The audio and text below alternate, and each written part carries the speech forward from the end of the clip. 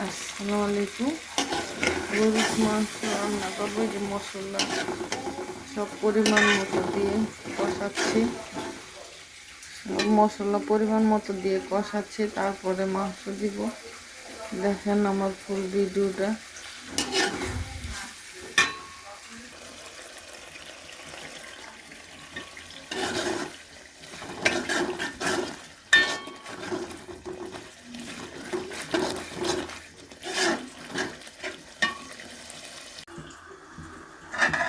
এখন মাংস কষানোর পরে মশলা কষানোর পরে এখন মাংসটা দিয়ে ফেললাম।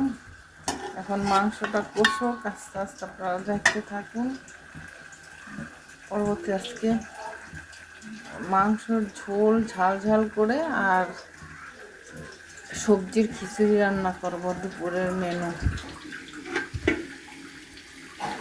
এদিকে আমি সবজির খিচুড়িটা রান্না করার জন্য সবজিগুলো ভেজে নিব। আমি সবজি গালাবো না, সবজিগুলো ভেজে উঠে রাখবো, তারপরে খিচুড়ি হাফ হয়ে গেলে দিয়ে দেব। এই যে সবজিগুলো আমি ভাজতেছি, মানে আমি 80% হয়ে গেলে সবজিগুলো, খিচুড়িটা 80% হয়ে গেলে সবজিগুলো দিয়ে দিব। আমি এই জন্য ভেজে নিচ্ছি, না আমি সবজিগুলো না গলে তা একদম আস্তে আস্তে দেখা যায়। আমার থেকে খুব ভালো লাগে। কে কেমন পছন্দ করেন একটু কমেন্টে জানাবেন। সবজিগুলো ভেজে আমি উঠিয়ে রাখলাম। এই যে সবজিগুলো এখন উঠিয়ে রাখলাম, পরে 80% খিচুড়ি হলে দিয়ে দিব। এই যে আমি এখন খিচুড়ির চাল ডাল দিয়ে দিচ্ছি এবং একটু কষিয়ে নিব। আমি কষিয়ে রান্না করব, আমি পরে আর করবো না। একবারে কষিয়ে বসিয়ে দিয়েছি, একবারে কষিয়ে রান্না করব। এদিকে আমার মাংস হচ্ছে, মাংস কষানি হয়ে গেছে। এখন কি সুন্দর হয়েছে কালারটা। এখন আমি আলুগুলি দিয়ে দেবো।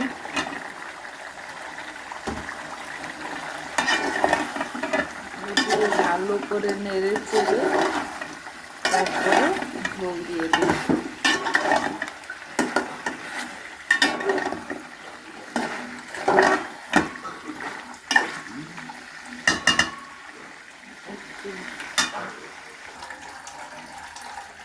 মাংসের মধ্যে ঝোল দিয়ে দিলাম। এখন আস্তে আস্তে হওয়ার পরে আবার আপনাদেরকে দেখাবো কেমন হয়েছে কালারটা।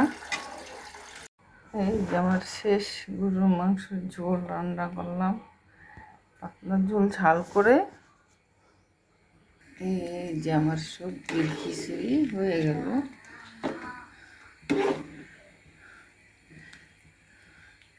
দেখেন কালারটা কত সুন্দর আসছে। সবজির খিচুড়ি একটু ভাপে গোলা আসতেছে। সবাইকে আসসালামু আলাইকুম দিয়ে বিদায় নিচ্ছি। আল্লাহ হাফেজ, দাওয়াত রইল।